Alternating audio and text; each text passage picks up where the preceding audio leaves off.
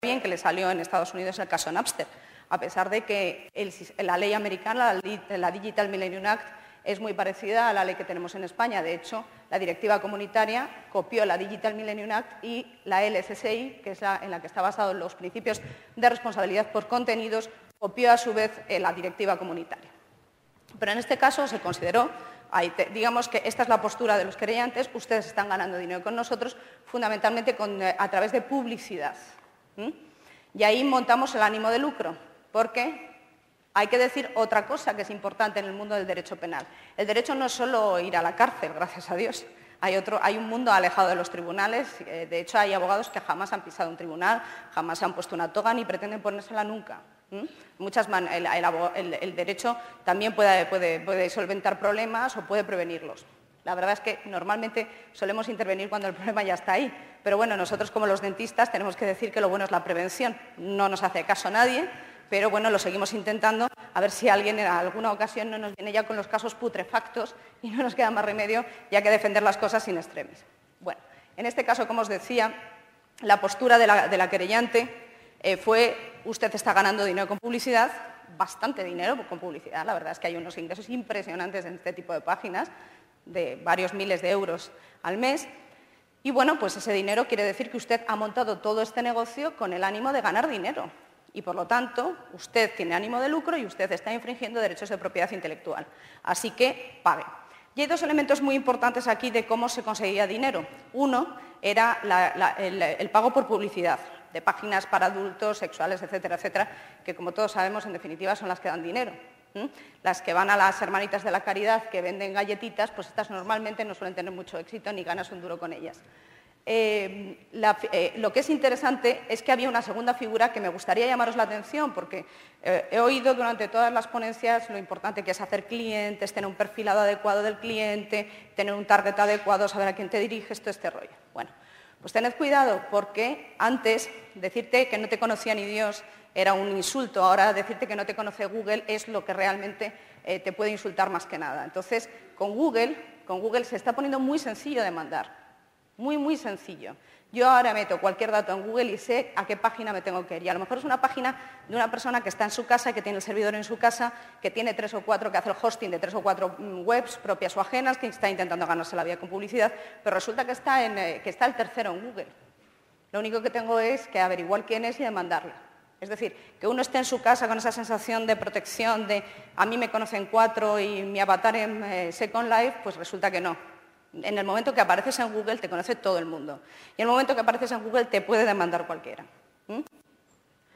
Lo digo porque en esta línea hay un elemento que se trata en el caso Saremule, que es el pago por el perfilado de clientes. Había un pago por publicidad, cuánta publicidad entraba en la página, cuántos clics había, etcétera, etcétera.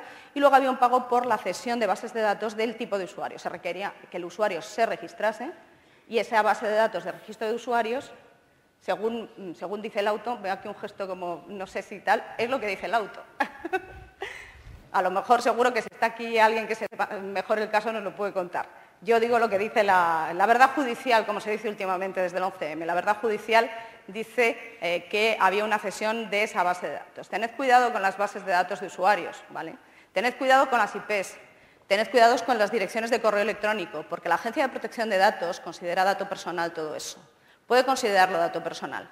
Y resulta que uno está tan tranquilo en su casa teniendo una base de datos de unos clientes o cediendo esa base de datos a alguien a cambio de hacer perfilados, hacer un mejor targeting de los usuarios de su página, y resulta que nos podemos encontrar con sanciones de entre 60.000 y 600.000 euros.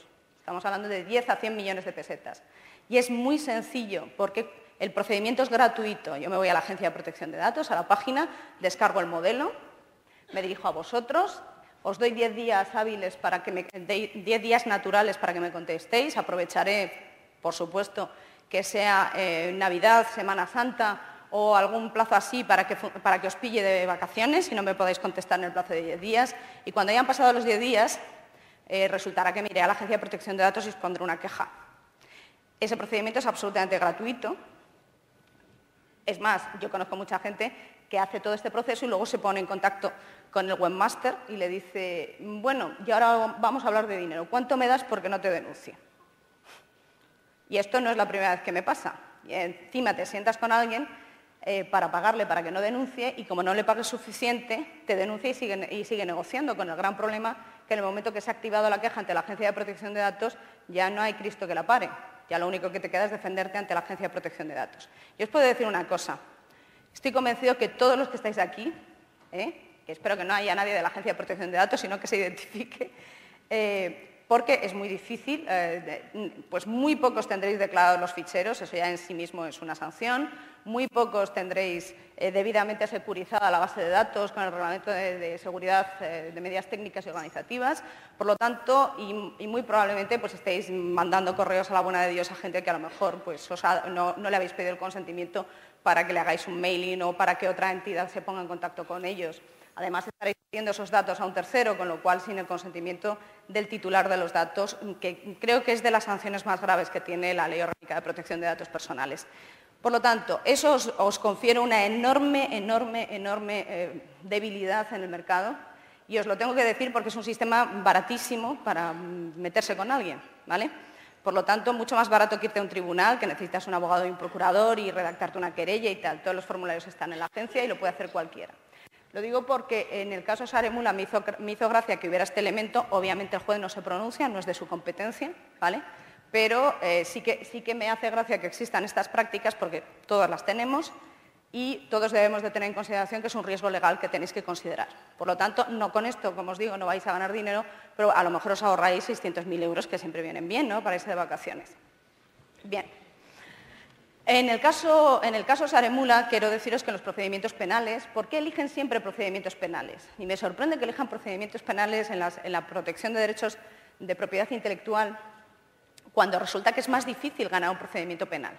¿Por qué es más difícil ganar un procedimiento penal? Primero, porque hay que demostrar que el dueño de la página gana dinero, el ánimo de lucro, ¿vale?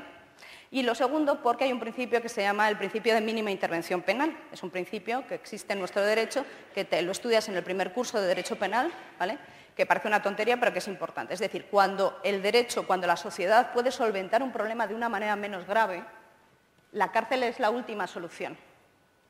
Y además es que tiene sentido. Es decir, meter a la gente a la cárcel por cualquier cosa es un poco excesivo. Nuestro sistema está basado en la idea de que la cárcel está limitada o reservada para los asuntos que verdaderamente lo merecen, no para alguien que no está pagando los derechos de propiedad intelectual, a no ser que uno tenga montado una FNAC en su propia página web y de verdad esté ganando muchísimo dinero, en donde hay un ánimo de lucro real. Y a los jueces de lo penal les cuesta mucho meter en la cárcel a la gente por este tipo de cosas, por eso me sorprende que sigan yendo a lo penal. Pero van a lo penal porque el procedimiento penal es más rápido. Te permite órdenes de entrada y registro mucho más rápidas.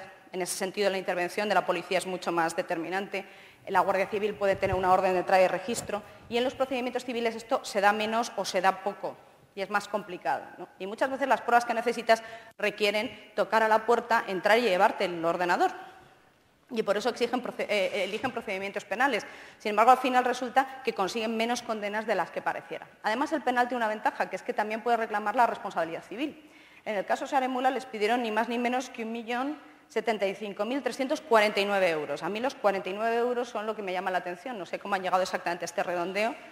Bueno, y lo que me extraña es que no haya céntimos porque en esta cuantía, porque ya que te pones a pedir, pues yo hubiera redondeado 1.100.000 y ya está. Y punto, y ya lo hubiera justificado posteriormente.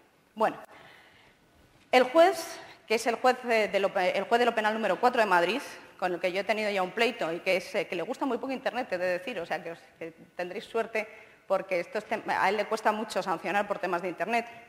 Yo, la vez que lo intenté,